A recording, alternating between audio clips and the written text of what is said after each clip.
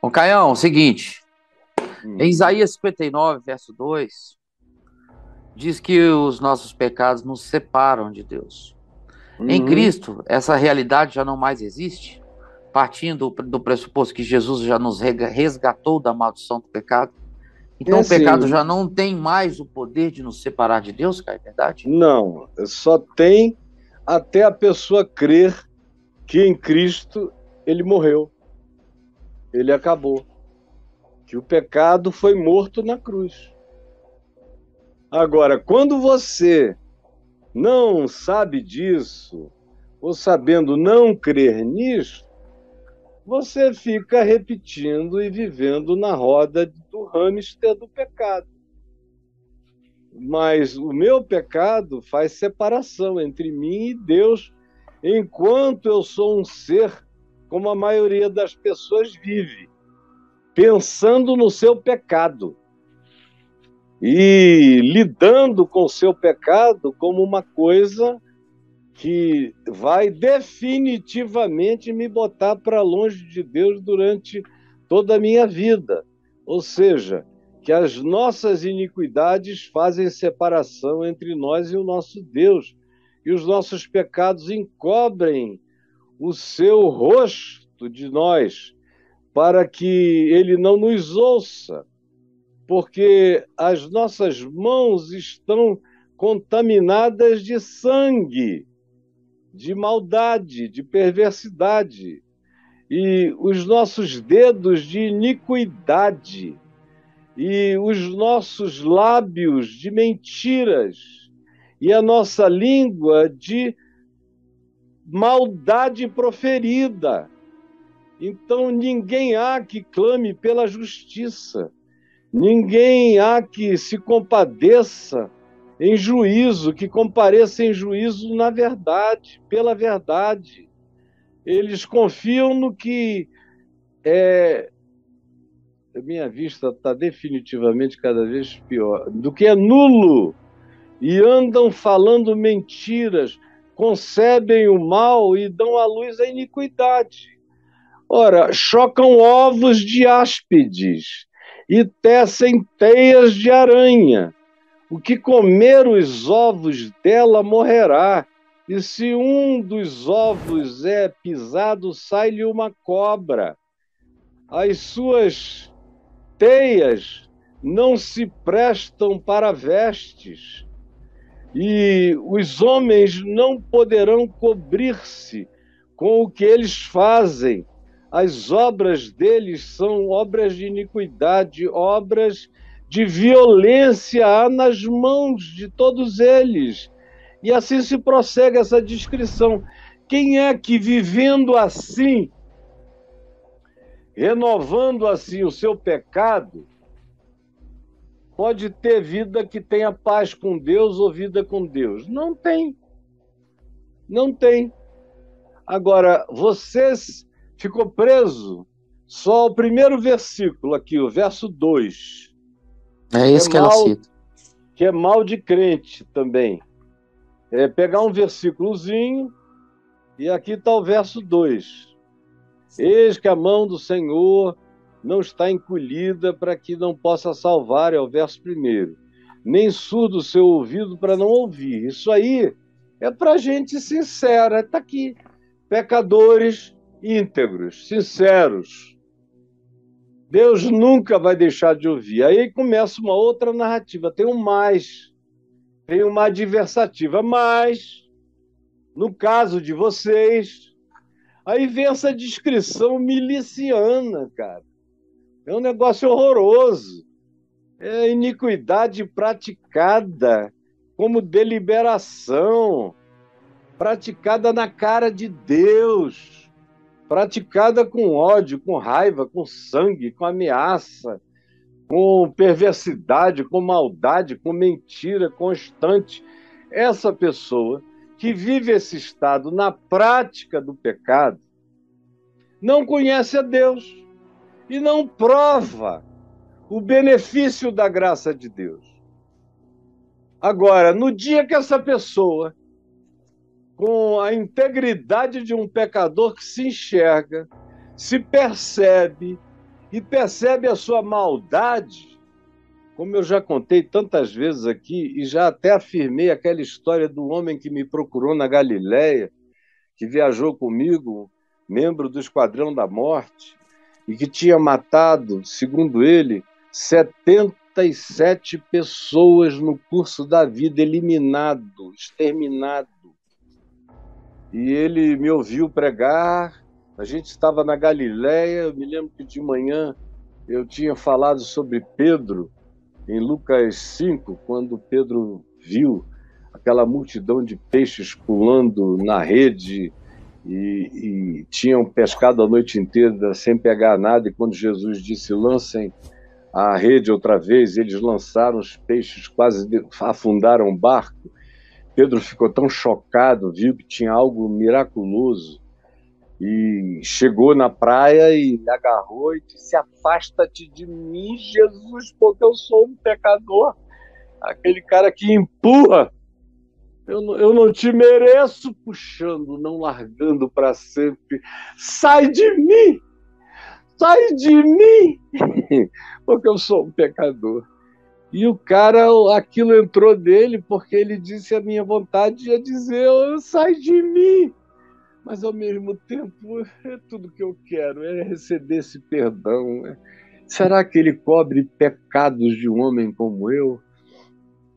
Aí eu contei a história de Manassés, rei de Israel, que deixava ele como noviço na tentativa de entrar no mosteiro.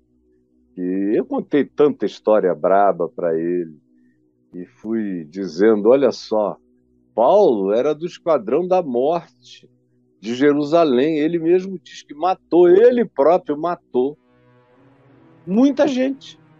E deu ordens e garantiu e validou a morte de um monte de outros.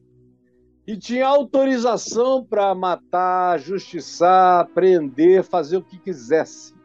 Tamanha era a autoridade que ele tinha conseguido das autoridades religiosas de Jerusalém. E olha só o que ele se tornou.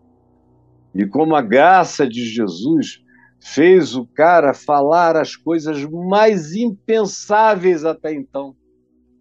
Mais impensáveis. Como ele diz em Romanos 7, ele conhecia com integridade o fato de que ele era um pecador.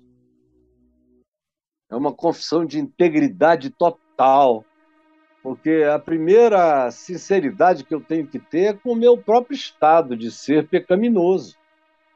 Desgraçado homem que eu sou, quem me livrará do corpo dessa morte? O pecado habita em mim. Eu me vejo querendo fazer o bem, de repente me pego realizando o mal. É a descrição dele. Quem me livrará? Ah, ele dá graças a Deus pela cruz, por Jesus, pela ressurreição, porque tudo estava consumado. E ele começa o capítulo 8 de Romanos. Agora, pois, agora, esse novo aeon de consciência, agora, pois, por causa de Cristo, por causa da cruz, já não há mais nenhuma condenação para os que estão em Cristo Jesus, porque o Espírito da vida em Cristo Jesus te livrou. A lei da vida, a lei da graça em Cristo Jesus te livrou da lei do pecado e da morte. Então, se você quer ser esse pecador aqui de Isaías 59, que derrama sangue, que faz maldade e tudo mais, João diz que se a gente vê alguém pecar, não para a morte, que a gente interceda por ele e o Senhor o perdoará. Aqueles que não estão pecando para a morte, só estão pecando como seres humanos. Mas aqueles que pecam para a morte, que é como esse aqui que derrama sangue, que mata, que esfola, que destrói deliberadamente, é uma descrição horrorosa. E diz, olha, Deus está perto, não está longe, mas vocês entraram num estado de perversidade indizível. Aí você me pergunta, e esses caras, então, não tem mais jeito? Ora, Manassés foi pior do que esses bichos aqui, e teve jeito para ele, teve graça, porque onde abundou o pecado, superabundou a graça, mas tem que vir com arrependimento, tem que vir com consciência. Quando você vive da prática do mal, e que não é aquela prática ingênua, tola, de uma pessoa que não tem consciência do que faz, que pratica na ignorância. A Escritura diz, os apóstolos dizem, que o pecado da ignorância está coberto. Tem propiciação para o pecado da ignorância. Os nossos e os do mundo inteiro. Mas quando se trata desse pecado deliberado, hitleriano, perverso, de um nazismo ideológico na prática do mal, da eugenia, da manipulação do próximo, a pessoa vira diabo. Aí, esse diabo pode se converter? Pode.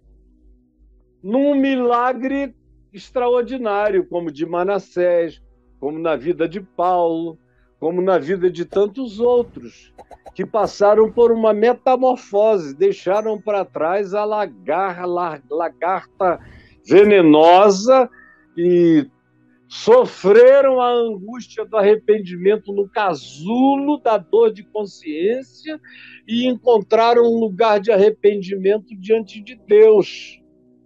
E aí ouvem o Espírito Santo dar o testemunho de que já não há agora, já não há mais nenhuma condenação para esses que arrependidos se entregam e vêm para Cristo Jesus. Não existe justificação para o cínico, para o que pratica pecados deliberados, para o que trama a maldade. Não, ele continua, como diz aqui, separado. E se continuar assim, morrerá separado. E vocês todos sabem que eu creio na graça que vai de misericórdia, de eternidade a eternidade e tudo mais, mas eu não sou um universalista. Ninguém é obrigado a ser. O cara pode ir para o inferno. O inferno no qual eu creio não é como o inferno dos crentes, espaço temporal, linear, um lugar onde o cara fica lá sofrendo pior e mais do que o diabo conseguiria imaginar. Não, é uma outra concepção. Uma hora dessa eu já determinei que vou fazer um curso para quem quiser saber essa sequência escatológica de pecado, estado intermediário, inferno e outras coisas mais. Eu vou querer dizer a vocês o que eu penso. Agora, concluindo a questão, é o seguinte: não há mais nenhuma condenação para quem está em Cristo Jesus. Não há condenação para os pecados da ignorância, porque nós temos um advogado junto ao Pai que faz propiciação pelos nossos pecados, não somente pelos nossos próprios, mas ainda, diz o apóstolo João, pelos do mundo inteiro. Agora, aqui Isaías 59 está falando do perverso, que vive em estado de perversidade crônica e que fez uma opção pela maldade. Aí Jesus diz que essa pessoa está em João 8, como eu já preguei aqui tantas vezes, semana passada repeti, vira diabo. E aí continua separado de Deus. Inferno é a separação de Deus.